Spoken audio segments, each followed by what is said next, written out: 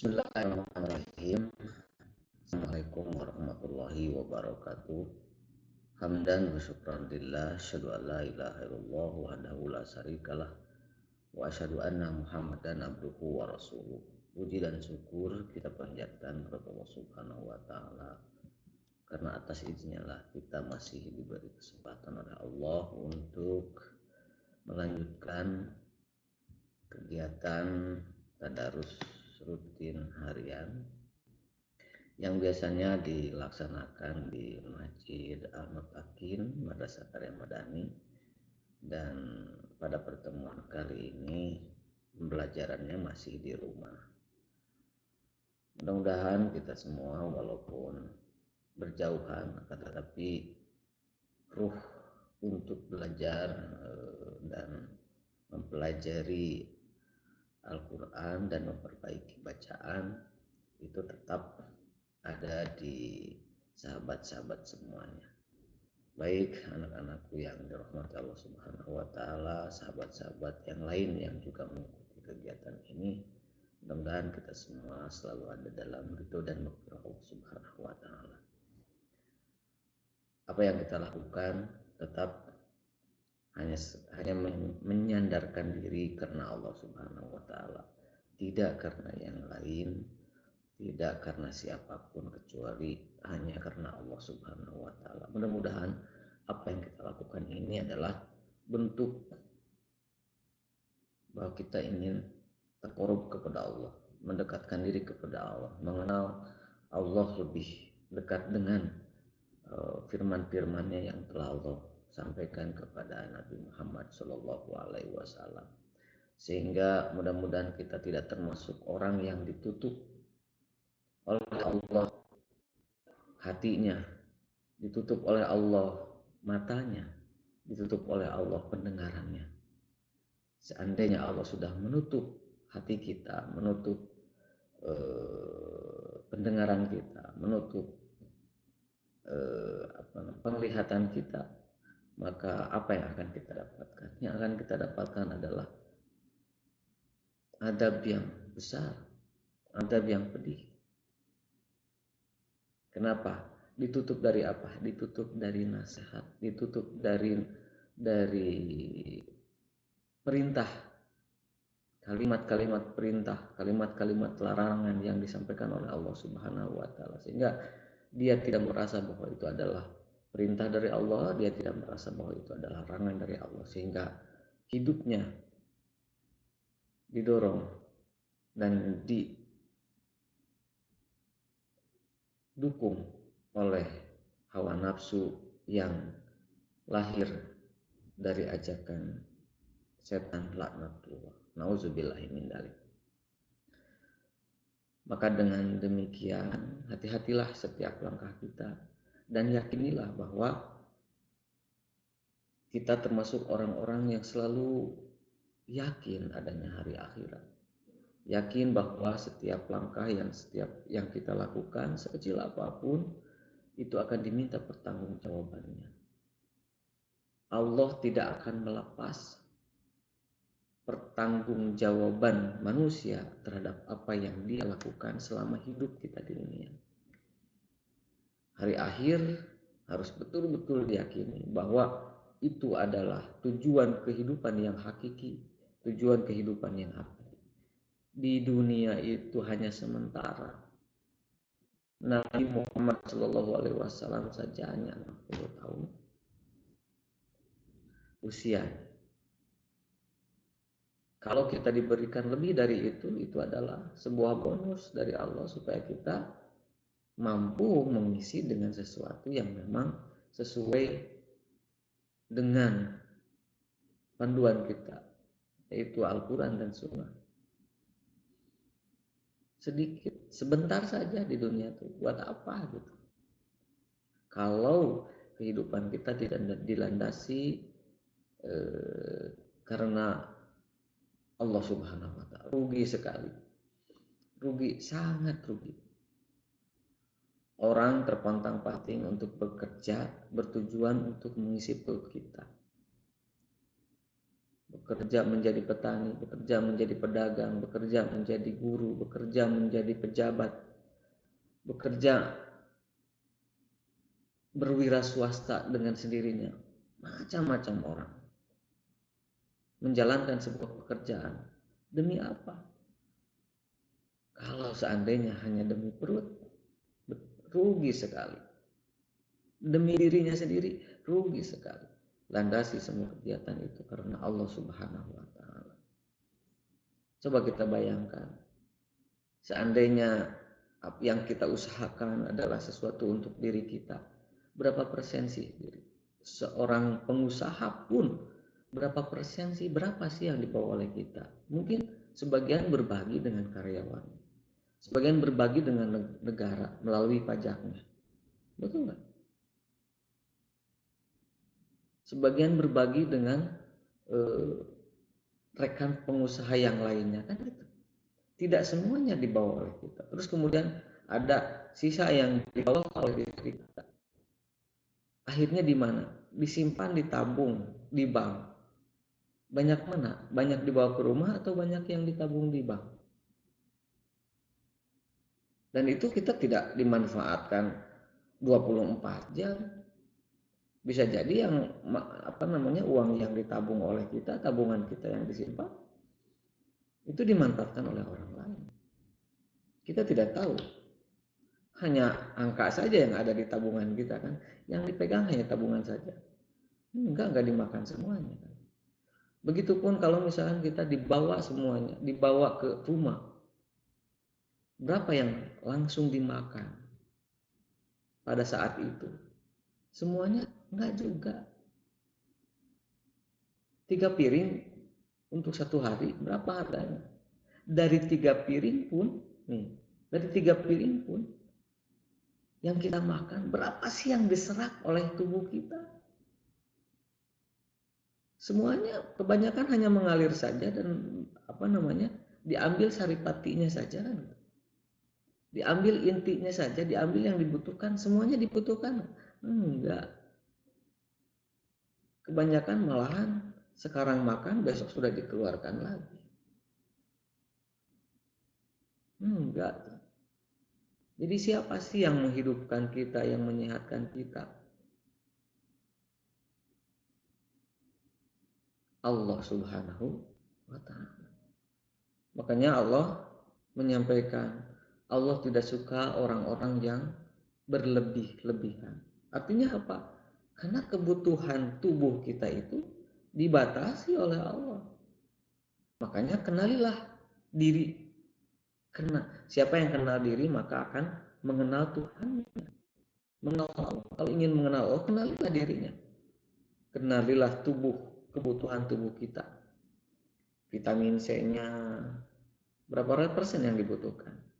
Seandainya kita memakan vitamin C melebihi, apa yang akan terjadi? Sakit. Begitupun dengan kebutuhan-kebutuhan yang lain. Kita butuh lemak, tapi berapa persen yang dibutuhkan lemak dalam tubuh kita?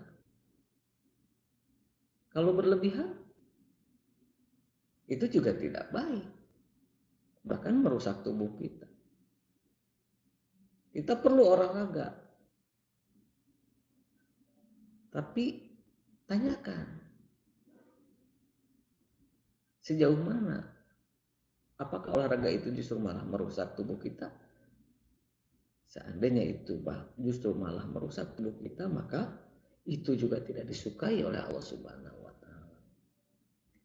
Jadi kenalilah diri kita, kenalilah kebutuhan tubuh kita.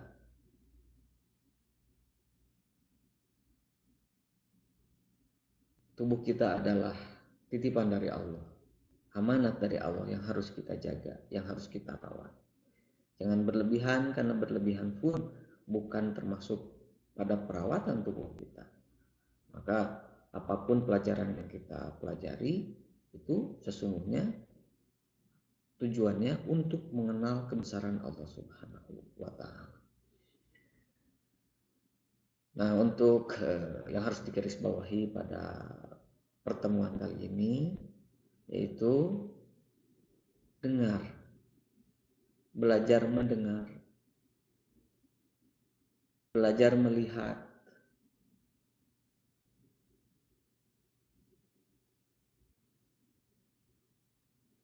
apa yang ada di hadapan kita, supaya kita mampu menemukan kebesaran Allah Subhanahu wa Ta'ala.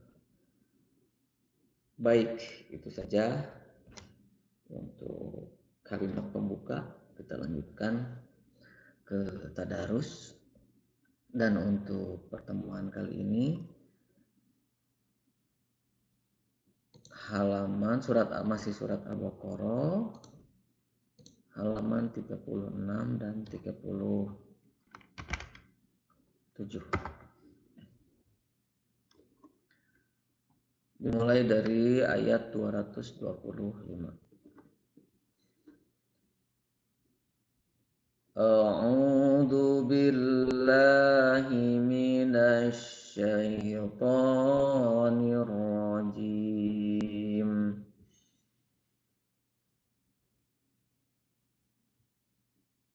La yu'ahidukumullahu billaghwi fi aymanikum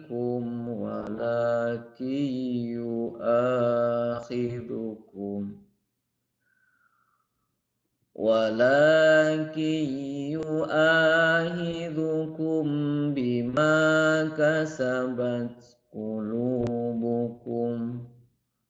Wallahu ghafurun halim. Lilladzina yu'luna min nisaihim tarabbusu arba'ati ashhur. Fa'in fa'u fa'innallaha ghafurur rahim. Wa in azamu talaqa fa'innallaha sami'un alim. Wal mutallaqatu yatarabbasna bi anfusihinna thalathatu quru' wa la yahillu lahunna an yaktumna ma khalaqallahu fi arhamihinna in kunna yu'minna billahi wal yawmil akhir wa bu'ulatuhunna ahaqqu biraddihinna fi dzalika in aradu islaha walahunna mithlul ladzi 'alaihinna bil ma'ruf walirrijali 'alaihinna darajah wallahu azizun hakim. At-talaqu marratani fa imsakum bima'rufin aw tasrihum bi ihsan. Wala yahillu lakum an ta'khudhu mimma ataitumuhunna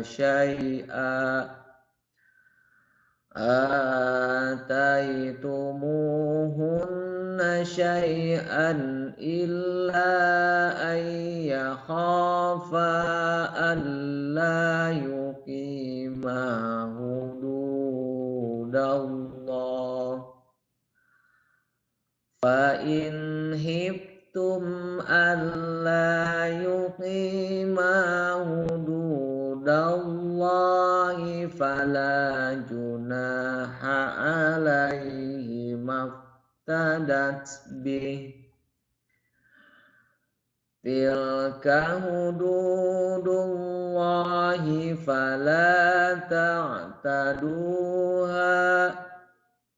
Wa man yata'adda hududallahi fa ulaika humuz zalimun. Fa in talaqaha fala tahillu lahu min ba'du hatta tankiha zawjan ghairahu. Fa in talaqaha fala junaha alaihima ay yataraja'a in donna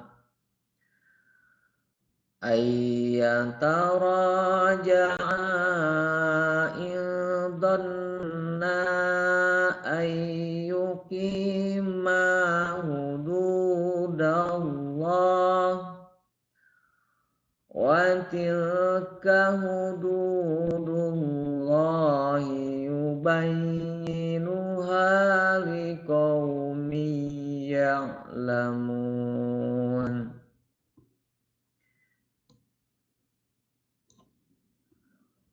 Wa idza talaqtumun nisaa fa balagna ajalahunna fa amsikuhunna bima'rufin aw syarrihuhunna bima'ruf.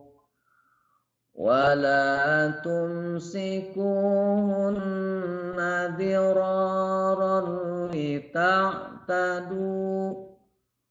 Wa man yaf'al dzalika faqad zalama nafsah. Wala tattahidu ayatillahi huzwa. Wadhkuru ni'matallahi 'alaikum wa ma anzala 'alaikum minal kitabi wal hikmati ya'idukum bih. Wattaqullaha wa'lamu annallaha bikulli syai'in alim. Wa idza talaqtumun nisaa fa balaghna ajalahunna fala ta'duluhunna ayyankihna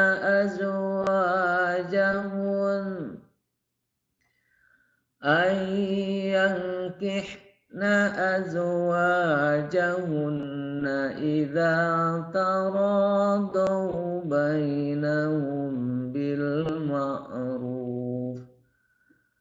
Dzalika yu'adu bihi man kana minkum yu'minu billahi wal yawmil akhir. Dzalikum azka lakum wa atharu. Wallahu ya'lamu wa antum la ta'lamun. Wal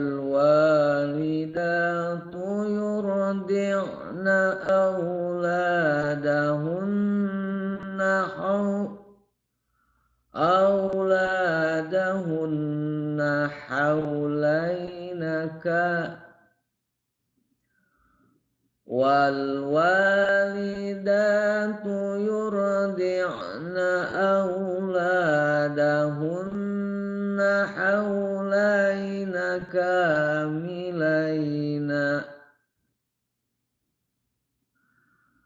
كاملين لمن أراد أن يتم الرضاعة وعلى المولود له رزقهن وكسوتهن بالمعروف لا تكلف نفس إلا وسعها لا تضار والدة بوالدها لا تضار والدة بولدها ولا مولود له بولده وعلى الوارث مثل ذلك فإن أراد فصالا عن تراض منهما وتشاور فلا جناح عليهما وإن أردتم أن تسترضعوا أولادكم فلا جناح عليكم إذا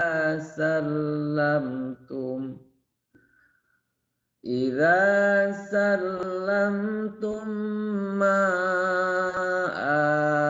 آتيتم بالمعروف واتقوا الله واعلموا أن الله بما تعملون بشير. Shadaqallahul adzim. Alhamdulillah kita sudah bersama-sama membaca beberapa ayat suci Al-Quran. Mudah-mudahan kita semua bisa konsisten untuk terus-menerus mempelajari dan membaca Al-Quranul Karim sehingga kita termasuk orang-orang yang membuktikan bahwa kalimat atau firman Allah yang disampaikan oleh Al-Quran itu betul-betul benarnya, termasuk orang yang berbuat kebajikan itu, bagi orang yang berbuat kebajikan Allah akan memberikan petunjuk. Betul nggak sih? Ya betul ya. Orang berbuat kebajikan, belajar Al-Quran, membaca Al-Quran pun itu adalah kebaikan. Ya. Bahkan kalau di dalam orang-orang yang muhsin itu kan ya kemarin sudah disampaikan ada ciri-ciri orang yang muhsin. Orang yang muhsin itu yang pertama walladinahum ada berapa? Qad aflahal mu'minun alladinahum Qad aflahal mu'minun alladinahum apa? Walladinahum anil lagwi muridun walladinahum anil lagwi muridun walladinahum ala sholatihim khoshi'un walladinahum li furujihim hafidun walladinahum li amanatihim walladinahum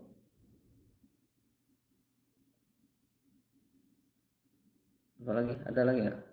Nah, itu adalah orang yang orang yang akan mendapatkan kemenangan di sisi Allah, dan orang yang membuat kebaikan di sisi Allah adalah yang berbuat baik di sisi Allah adalah orang-orang yang khusyuk di dalam sholatnya, orang-orang yang berusaha meninggalkan sesuatu yang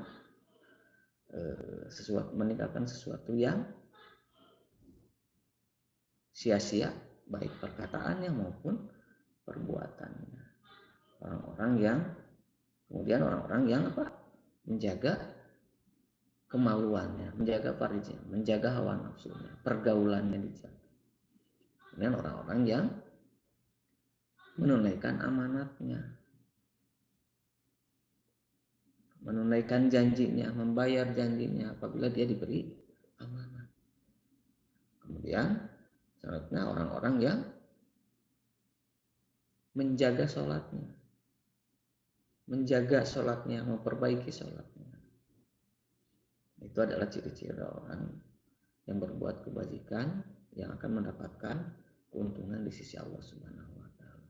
Nah, mudah-mudahan apa yang kita lakukan pada pertemuan kali ini juga dalam rangka untuk mengetahui supaya kita tetap menjadi orang-orang yang memiliki ciri muhsin di sisi Allah Subhanahu wa taala.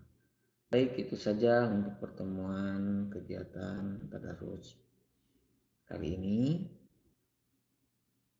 Mudah-mudahan bermanfaat, mudah-mudahan Allah ridho, dan mudah-mudahan kita semua tetap berada dalam keadaan sehat walafiat, baik sehat jasmani maupun sehat rohani. Toh walaupun kita berada dalam kondisi sakit, mudah-mudahan sakit itu menjadi penggugur dosa. Maka bersabarlah ketika kita diberi ujian sakit.